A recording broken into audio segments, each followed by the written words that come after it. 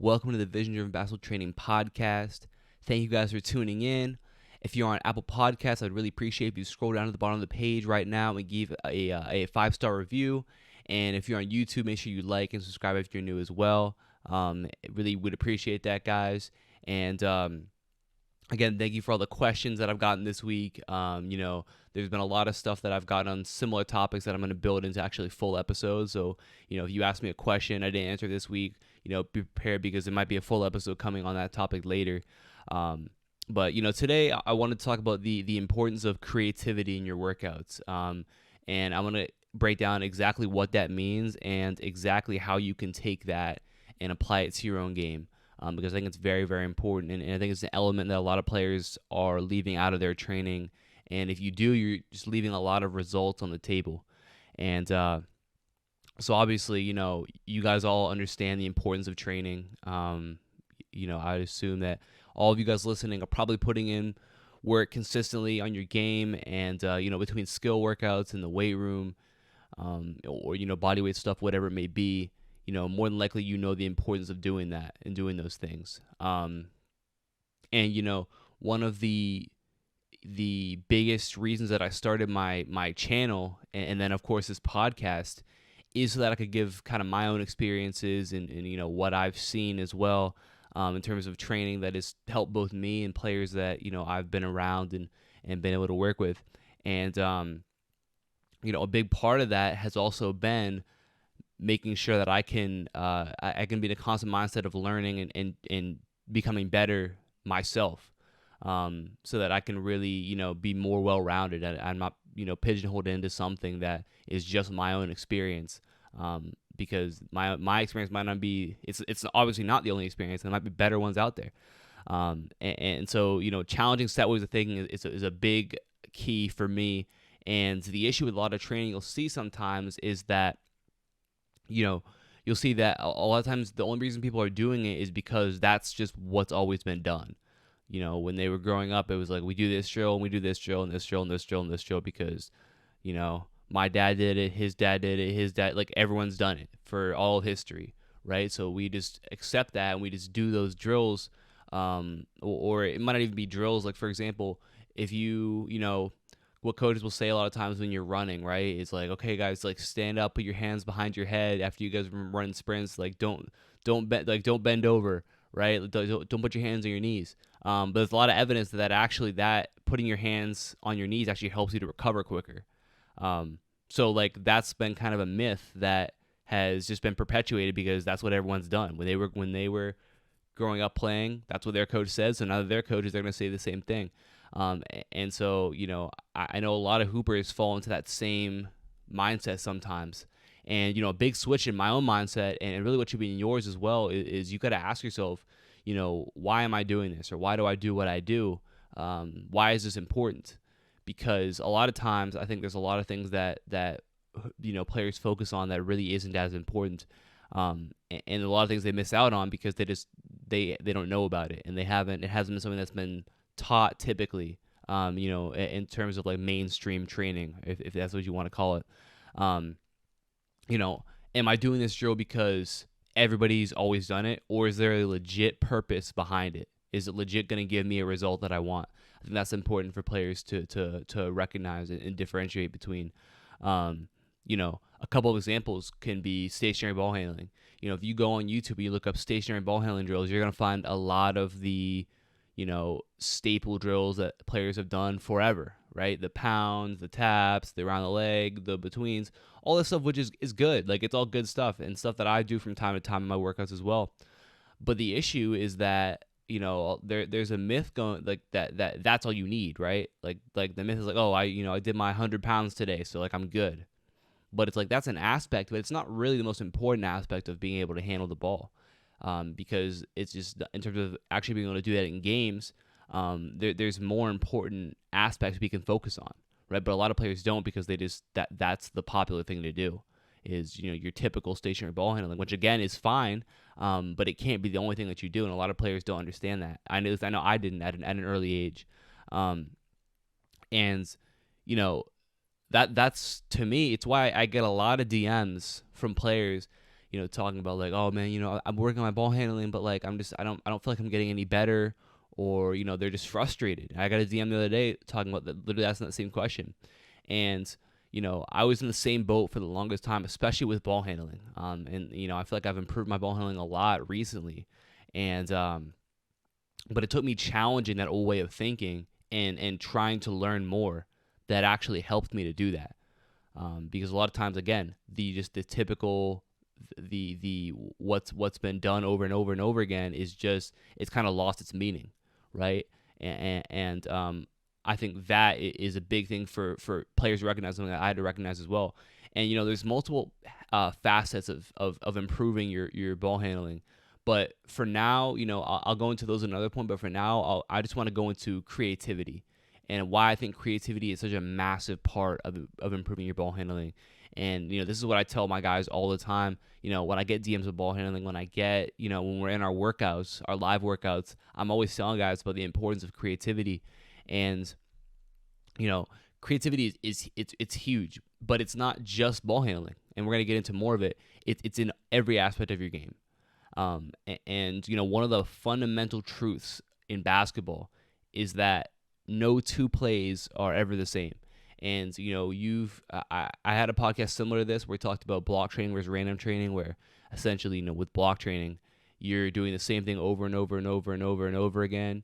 Think you're gonna do your pound crossovers over and over, and then your pound betweens over and over, your pound behinds over, and that's your ball handling workout. That's block training, right? Because there's no sort of there's no outside factors you have to respond to. There's no creativity.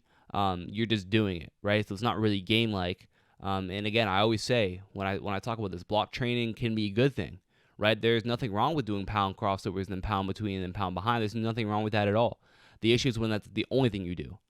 And so what that means for you is that if your training is 100% structured and set out for you, then you're gonna lack the ability to react in games, because in exactly like what I just said, in games no two plays will be the same. So you need the ability to kind of react on the fly, and maybe go to something that you didn't work on a million times. And one of the best ways to train this is by adding more creativity to your workouts and to your drills, and I'll explain exactly what that means. So if you go on my channel, I just posted at this point it'll be Sunday when you see this, so it would have been last Wednesday, so a few days ago. I posted a workout. It was a live workout on my channel, and I think it's called like improve your ball control or something like this, get the ball on the string or something. And I believe it was a 29-minute video, probably about a 25-minute workout, where essentially we were working out of a V dribble, a wide V dribble, into different creative combos. And so in that workout, we added a ton of creativity to our ball handling drills, and a lot of freedom to do what you want, and freedom to mess up, and freedom to try new things. And if you haven't seen that workout or done it, I highly recommend you do that. So go back to my channel, find that video, get the ball on a string, improve your ball control, something titled like that. Check it out. It'll really, really help you. And that's what I've been saying to guys recently who've been asking me ball handling. Like, I'm telling them to check that out. But that's essentially what I mean. In those drills, we might start off with something structured where, like, so in that workout, we start off with wide V dribbles, right? Then we're going to go wide V dribble crossover. Okay, we're going to do those, maybe 20 reps of those. We're going to go wide V dribble between the legs, maybe 20 reps of those. Then we're going to go wide V dribble behind the back, maybe 20 reps of those, right? And then after that, I went, okay, now we're going to go wide V dribble into some creative double crossover combo. So you might go wide V dribble, double crossover, wide V dribble, cross between, wide V dribble between, like whatever you want to do. And we might go 15 reps per hand, right? And then we're going to switch it. Then we might go triple, where we're going to do the same thing, creative triple crossover. So now all of a sudden, you're going from thinking, okay, I'm doing this, I'm doing V dribble crossover, like I'm going to repeat that, to all of a sudden you have to be able to think on the fly and react on the fly and challenge yourself. And the reason that that's so important, I'll get into it in a second.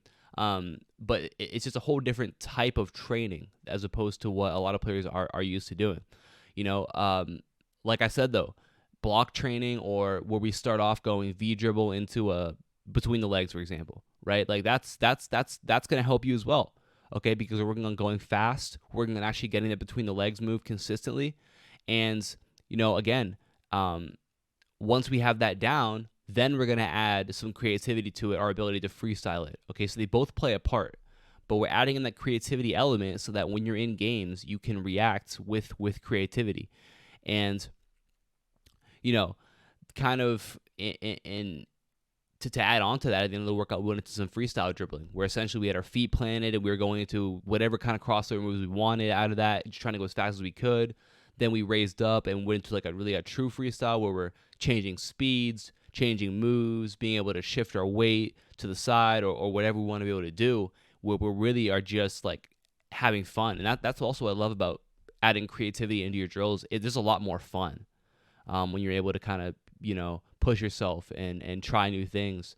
And, I think that's really where you're going to find a lot of enjoyment with your training as well. So, the other thing I love in terms of ball handling, and, we do this in the perimeter score system, is adding in freestyle dribbling, essentially. So, one of the drills I love is lane-to-lane touches, which actually I posted in the jab workout, where essentially we're starting at the elbow and we're doing, kind of creative freestyle dribbling to the other elbow, right? Then we get to that elbow and we go back.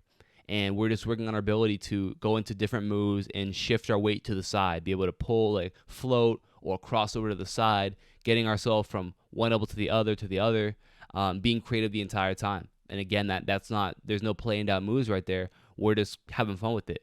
And then the other one I love is called kill the grass, where essentially you're going to start in maybe the half circle between the top of the key and the free throw line, or you can go even in the mid-court circle, and we're basically freestyle dribbling through that entire area, trying to pound the ball or dribble the ball in every area to kill all the grass inside of that area, right? And we're being creative with our moves. We're going from side to side, got to make sure we get around the entire area, but we're being creative with that dribbling the entire time. And those are a few ways that I recommend you guys add creativity into your ball handling drills.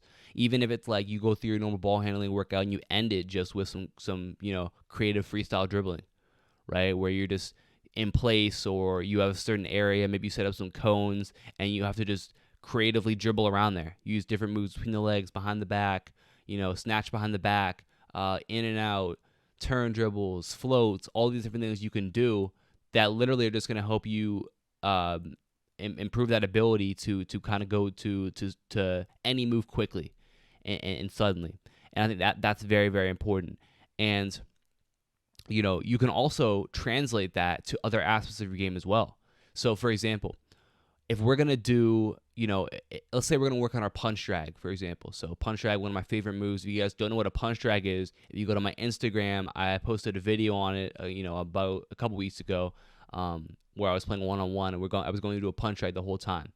And what we can do when we're working on that is we can work on that punch drag, but then we can go into counters off that. So I can think to myself, okay, my first read, right, is a punch drag. I'm going to go punch into a shot. Okay, that's my first read. That's what I want to get.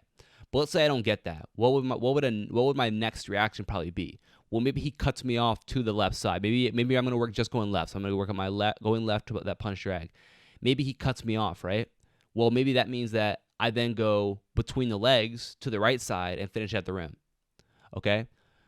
Maybe, though, if I do that the next time, he's able to somewhat recover and stop me from getting to the rim. So that maybe next time I go punch drag to the left, between the legs to the right, one dribble pull up, right? So there's another one right there. Then maybe the next one is, I might go punch dribble, and then, we might go we might go punch drag, and then we'll go, we'll go punch drag, and then maybe we'll go continued attack. So maybe I punch, he's playing on my right side, and he's giving me a lane still, so I just continue to the left side and go finish, right? And then maybe the last one is I go punch right into a step back, okay? So there's 5 reads right there. We have obviously the first look we're looking to get, but then I just thought to myself, okay, what could the defender do to stop me here, right? Like what other reads could I have to make? And now all of a sudden, we're going to add a counter. We're going to build a counter to every single way the defender can react to us. So now when we get into a game and I go into that move, and no matter how my defender plays me, I have the ability to be able to go to any of those things. Okay? So that might be my series for the day. Literally, that might be like when I'm working with guys who are a little bit more advanced, that's usually how our workouts are going to go. We're going to work on, we might work on some kind of all around things, but for the most part, like we're going to work on a couple moves and we're just going to build some counters out of that. We're going to spend a lot of time doing that. For example, like I might have my workout start off with, I might go in, do a little bit of form shooting, a little bit of ball handling, probably a little bit of shooting as well. And, just to get us going a little bit. And then right from there, we might go into that punch series. So we're starting at the top of the key, or maybe we would start in the wing. I'm going to start the ball with my right hand, going to go between the legs to my left. Then we're going to drive to the left, punch, drag, shot. Okay, we're going to make however many reps we want out of that. Then we're going to go to our counter. So maybe our second counter will be that punch and then continue to attack to the left. Okay, we're going to make however many of those we want. Then our next counter could be that punch between the legs, finish at the rim. Okay, so now all of a sudden we have 3 different moves or 3 different variations of that move. Then our next one might be we're going to go punch between the legs, pull up. Okay, and then that last one, that 5th one, could be punch, step back. So now we've worked on 5 different variations of the same move, and that might be our workout for the day. We might spend enough time doing that's what we're going to work on that day, because we want to find a way to get better at doing that, right? We're going to get better at that skill. This is how I structure, again, a lot of my workouts, especially with my more advanced players, my older players, because a lot of times, we're trying to find the best ways for them to be able to use those in games. And, an issue that a lot of players have is, that all of their workouts are just very all around, right? Where they're going to get there, they're going to do their ball handling, their stationary ball handling, then a little bit of moving ball handling, then they're going to do form shooting, then they're going to do some mid-range shooting, then they're going to do 3-point shooting, then they're going to do some finishing, then some more finishing, and then they're done. Which, listen, from time to time, I'll do those workouts with players from time to time, but for the most part, we want to buckle down and we want to focus on something for the workout. Okay, maybe that's an area. Maybe it's just going to be shooting. Okay, it might be all around shooting. Maybe it's just ball handling that day. Okay, or more likely, especially with my older players, my more advanced guys, it's going to be some sort of move or some sort of action. So that could be the punch dribble, like I just gave you guys. We might work out of 5 variations of that. Okay, but also it could be the float dribble, right? So I'm floating to the side and we have to make a play out of that. Maybe we're going to go float, attack to the left. Okay, maybe we'll go float, crossover, attack to the right. Maybe we'll go float, crossover to the right, pull up. Float, 3-point shot. Float, sidestep 3. So that's 5 right there, just off the top of my head. That could be what we go to. And I actually posted a drill that was kind of similar to that. If you look at my channel, I posted a couple weeks ago a drill where I was with some of my older guys, and we were working on being able to go to that float and then make a read out of that. So again, there's really a ton of moves you can do that out of. Float dribble, inverted drag, even a between the legs dribble, something basic, a jab step, a shot fake. There's a lot of options that you can do to work on those moves. And I think that's something players should really focus on. And at some point, I'm going to put together a video of like a few moves or actions that you guys can do this with, right? So if you're thinking to yourself like, oh, I don't know, like, what are all the moves that I could build, right? Well, I'll give you guys a list of those things you can do that will help you in games. Because here's the thing that a lot of players don't quite understand is that it is important to work on your ball handling, your shooting, your finishing. Those skills are very important, okay? I'm not going to sit here and say that they aren't. But what I will say is that there's other more detailed parts of those things too that you need to have. For example, the float dribble, right? Can you play out of a float dribble? Because in the context of a basketball game, that's very, very important. So a lot of players don't work on those things. They just think to themselves, okay, well, I did some stationary ball handling today, and I did some spot up shooting. So I got my work in, I'm going to be good in games, but then also when they get into games, they don't know how to move with the basketball in their hands. Okay, so I think it's important to be able to have some things you can go to so that you can actually translate that stuff to games, right? Literally there's an unlimited amount of things we can do when I talk about being creative with these series. We might work on using a ball screen, and there's so many options out of a ball screen, but we might even just work on snaking a ball screen. So we're going to come off the ball screen and we're going to snake it back under the screen. And maybe the first time we're going to shoot a jump shot right off the snake. Maybe the next time we're going to go into a jump shot, give a little bit of an eye fake up at the rim, and then take one more dribble forward for a pull-up. Maybe the next time we're going to snake it, then we're going to go in and out, and then we're going to go finish at the rim. Maybe the next time we're going to snake it, go in and out between the legs, finish at the rim, right? So there are an unlimited amount. There's unlimited amount of options we can make off of these different sort of actions. And when you do this, you're going to find yourself, you're going to get very, very good at doing these things because you're working on a whole bunch of different options out of those things. Because again, another mistake players will make is that they'll work on, something, but they'll only work on one option. So for example, if they're going to work on that punch drag, right, the only option they're going to work on is punch right into the shot, which is important, right? I think if you can hit that shot at a high level, it's really hard to stop. So you're going to get it a lot of times. But also, can you go punch and then between the legs to the right and then pull up right there? That's another great option to have. Can you go punch into a step back or into a side step? So that's something to think about as well. And again, that'll be something that we'll build on at some point too. The ability to really focus on a certain move or fundamental, and drill in that move in the counters is really going to help you to be confident doing those things in games. Okay, and then once you do those things, so once you have those workouts that are a little bit more structured in terms of you're a little bit more. I shouldn't say structured; they're a little bit more focused. Okay, once you do that, all of a sudden, you then take those and you work on them in your pickup games. You work on them in your one-on-one, which like you guys know, I always say you should be doing. Right, you should be playing one-on-one. You should be playing pickup as often as you can, because that's where you actually work on translating those skills into games. Once you get confident doing that, you're going to be able to be confident doing it in games. And it all starts with you being a little bit more focused in your workouts. Okay, so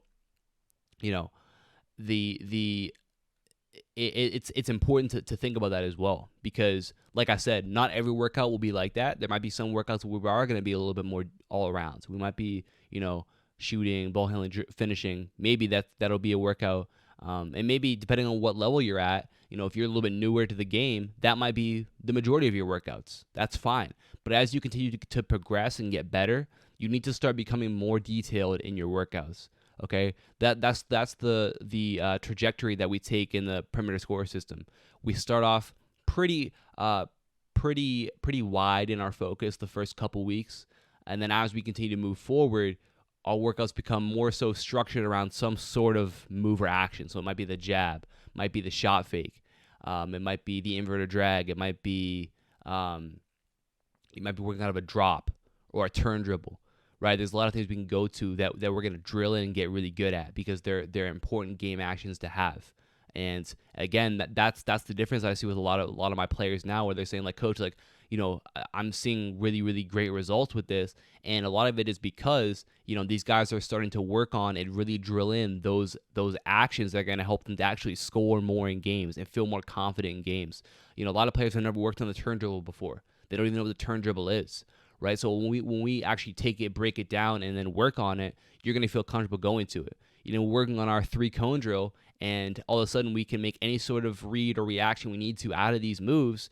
You're gonna feel a lot more confident doing it, and that's what I've seen so far with those guys. So again, the power of having detailed, focused workouts is very, very important.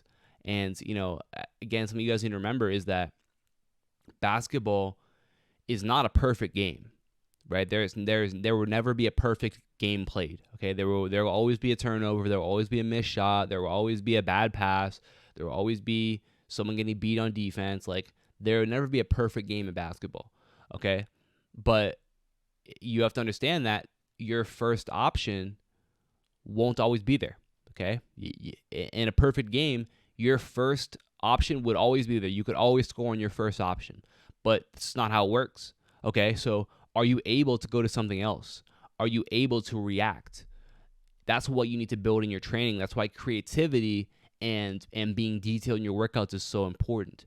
And again, kind of going back to ball handling, for example, you might come down the court and maybe every day you work on going to a double crossover, okay? But maybe your defender starts to catch on to that and he jumps it, okay? So are you able to go into, are you able to go into a crossover between the legs now, right? Maybe all you work on is a crossover, right? Or all you work on is a between the legs move, okay? Maybe he cuts you off. Are you able to go quick between behind now? That's what that creativity adds to your game. Your ability to, at the snap of a finger, change your move, right? I was going into it between the legs, but my guy jumped it to the left side. I got to go back to the right side, right? That's what you gain from just being creative, doing those freestyle dribbles, adding creativity to those V dribble series. And again, check out my last workout if you don't know what I'm talking about. Make sure you check that out. That's very, very important because that's what you need to build in your training. If you want to see better results in games, you need to do that.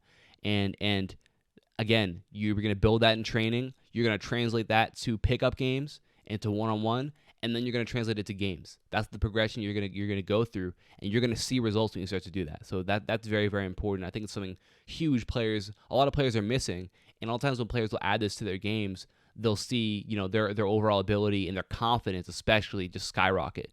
That's the biggest thing when players will ask about confidence. Confidence really comes from feeling prepared, right? It really, when you feel like, oh yeah, like I'm prepared to do this, you're going to be much more confident, okay? There's other things go into it as well, but that's really, if I was going to give you a short answer, that's something huge right there. So, something that I would say is make sure you put yourself in a position to be there, right? So being creative, if you want to be great at a move, you work on it, build a workout around it, right? You want to be great at your jab step, go check out my jab workout. That's literally exactly what I'm talking about right here, where we're literally just taking a move and we're just building options out of it. And that's our workout for the day, right? And you if you repeat that, a few times, you're going to get really, really confident, really, really comfortable using that move, okay? And it all stems from your ability to be creative. What counters might I need? How can the defense play me here? And how can I react to it? It's as simple as that. So, want to answer, a couple questions I got this week, and actually this first question is a really, really good question, and something that I want to get to, and I think it's a very, very important. I think especially as we're going to be starting getting back into basketball. We've always had this huge layoff, but obviously moving forward, we're going to be picking things up, depending on where you live, of course. And so he asked, Coach, I'm struggling to find more motivation to work. I've been burning myself out during the quarantine, so I need some help on finding new motivation. And this is a big thing because for everybody during the quarantine, like everyone was getting burnt out because it was like, man, I can't leave my house. Like I got to do this stationary ball handling every day. Like a lot of people didn't have a hoop to work with. So it was like you really were struggling for like how you're going to do things, which I completely understand. And literally for me, like I was lucky enough to have access to a court, like a gym, but I didn't have access to like a weight room, which for me is like, that was tough because I think body weight exercises have value and you can get stronger doing it. And I did a 300 push-ups a day challenge for over 20 days during quarantine. So probably back in April, I was doing that where I was just wake up 100 push-ups, midday 100 push-ups, and then at night 100 push-ups. And I definitely got stronger doing that. And it was great. It was great. But it's tough because I much prefer to go to the gym and lift weights. Much prefer to do that. I enjoy doing that. So it was tough to not be able to do that. And there's just days where you go 3 months without a gym and it's like, man, I can't do another push-up. Like I'm just, not because I can't do it physically, it's just because I'm tired of doing them. So I completely understand that. I think there's a couple ways to combat this. And obviously basketball wise, it was the same thing. It was, we're trying to figure out how exactly can we like how can I stay engaged with this when it's like I can't go to the gym and play with my friends. I can't play AAU. A lot of people had their seasons cut short. It's very frustrating. And so, there's a couple ways that we can approach this. I think the first thing is potentially just take a break for a little bit. Give yourself, maybe it's a day off. Maybe all you need is a day off, and then you feel fine again. Maybe you need a couple of days off. Maybe you need a week off, right? Maybe you need to get your mind off of basketball for a week or so, and then a lot of times what that's going to do is you're going to so saying absence makes the heart grow fonder, right? You take something away for a little bit, all of a sudden you're kind of your love for it and your enjoyment of it comes back because you've been without it. You start to miss it. I think that's an important part, because the thing with training in basketball specifically is like it should be fun. Like you should enjoy it, right? I'm not saying you're gonna enjoy every drill or every workout. Like there's gonna be times where you don't want to do it. There's gonna be times where you really don't feel like going to the gym or going outside or getting in your work. Like you're just not gonna feel like it. But at the end of the day, you do it because you want to be great and you love it, right? But if it just becomes something that where you never want to do it, like you just hate it, it becomes a chore for you. Then at that point, you got to evaluate and think, maybe I'm burning myself out a little bit. Maybe I got to take a step back for a few days and then reevaluate, see where I'm at. I think that's important, because the thing is, two things. First of all, you should be doing something because you want to do it. You shouldn't be doing it just because it's what you do, right? You should enjoy it. And the other thing too is, like, if you aren't enjoying it, you probably aren't going to be giving your full effort to it. You probably aren't going to be giving your full attention to it. And what's the point in not doing it the full way, right? What's the point? What's the point of not giving something your all, right? Because you're just not going to get where you want to get to anyway. So you may as well just not do it. Okay, if that's what you got to ask yourself. And again, I think the remedy for that a lot of times can be take a couple of days off, take a week off. Then you're gonna start to feel like you miss it again, and also you're gonna come back. You're gonna have a new drive for it, and you're gonna feel good again.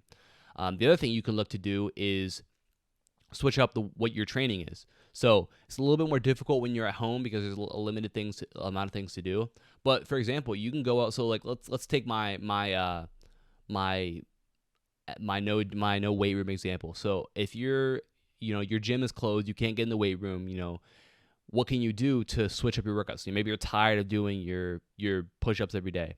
Well, you can do, for example, what's called a Murph, which is, I believe I have this right, but I believe it's 300.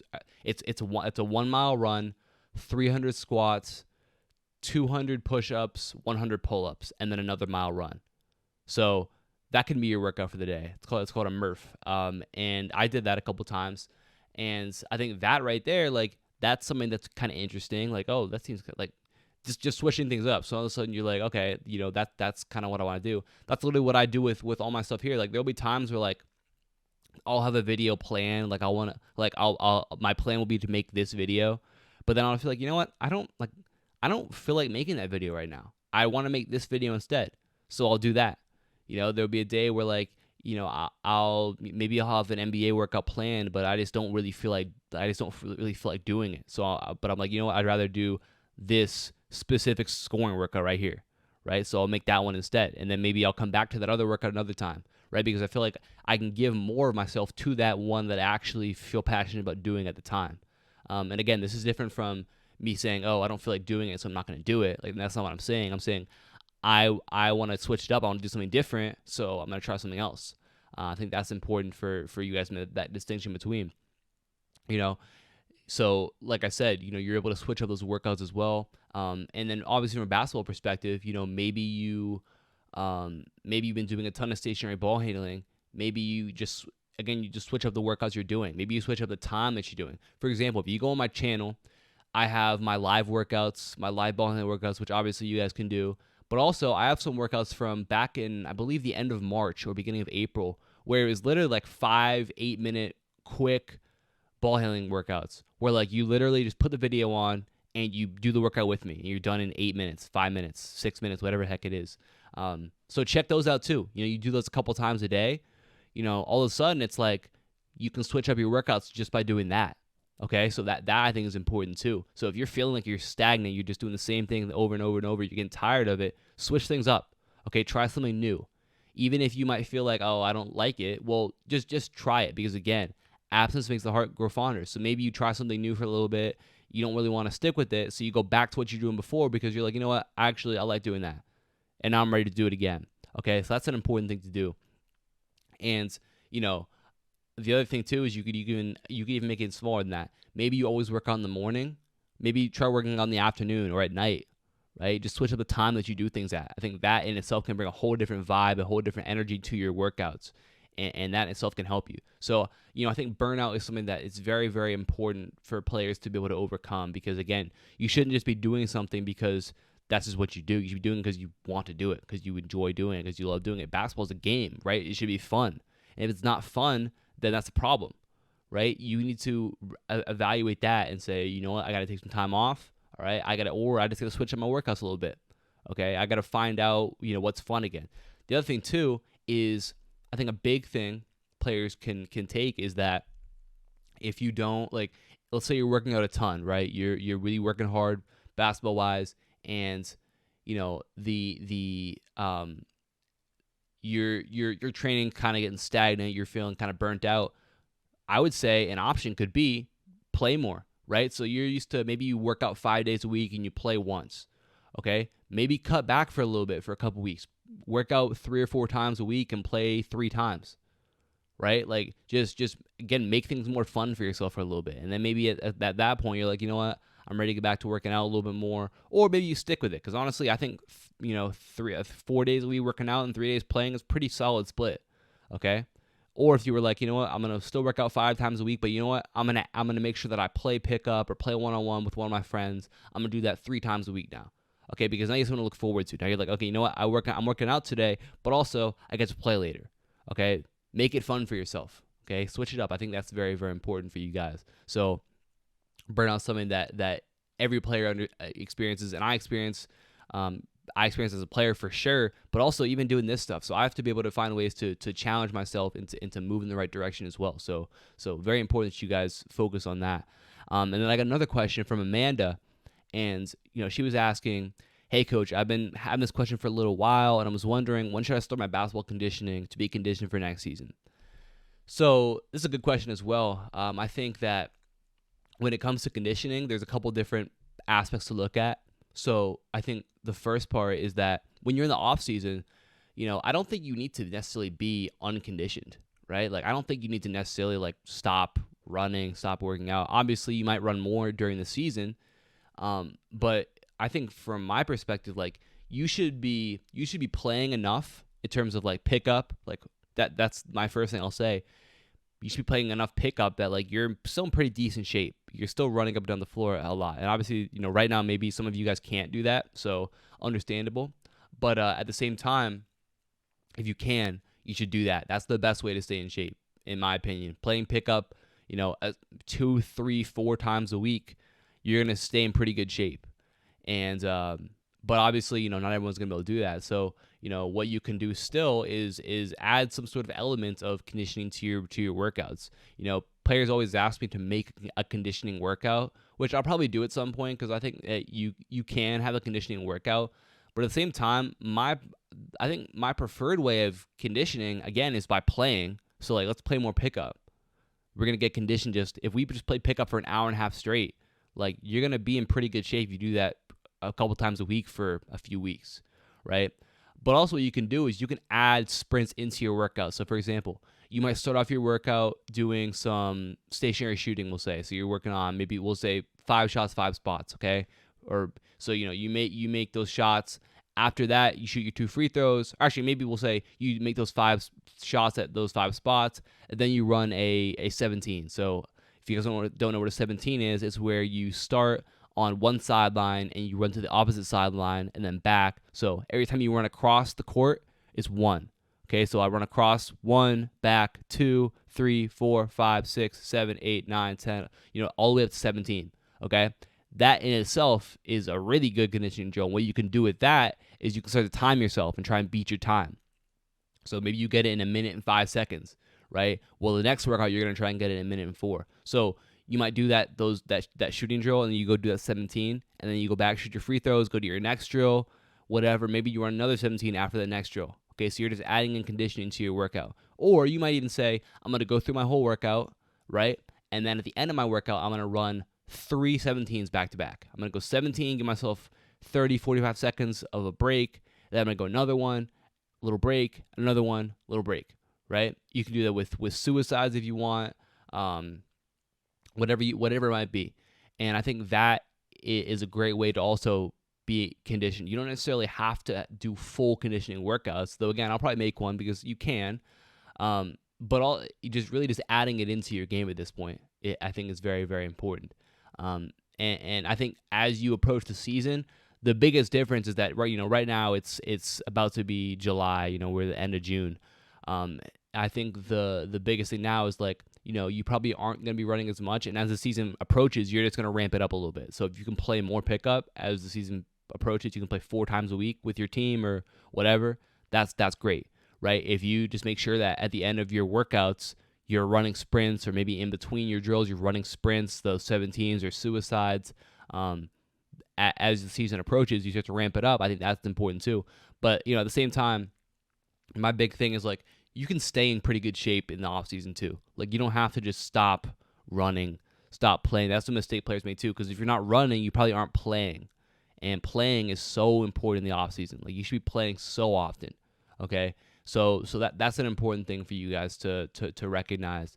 I think the good thing now is that and obviously this year is different with everything going on, but with AAU, players are usually still playing in the offseason, so they still have that sort of baseline of being able to have some sort of conditioning, right? I think the only difference is as the season approaches, you sort of ramp up the intensity a little bit. So you add in a couple more sprints, maybe you play an extra night, whatever it is you can do.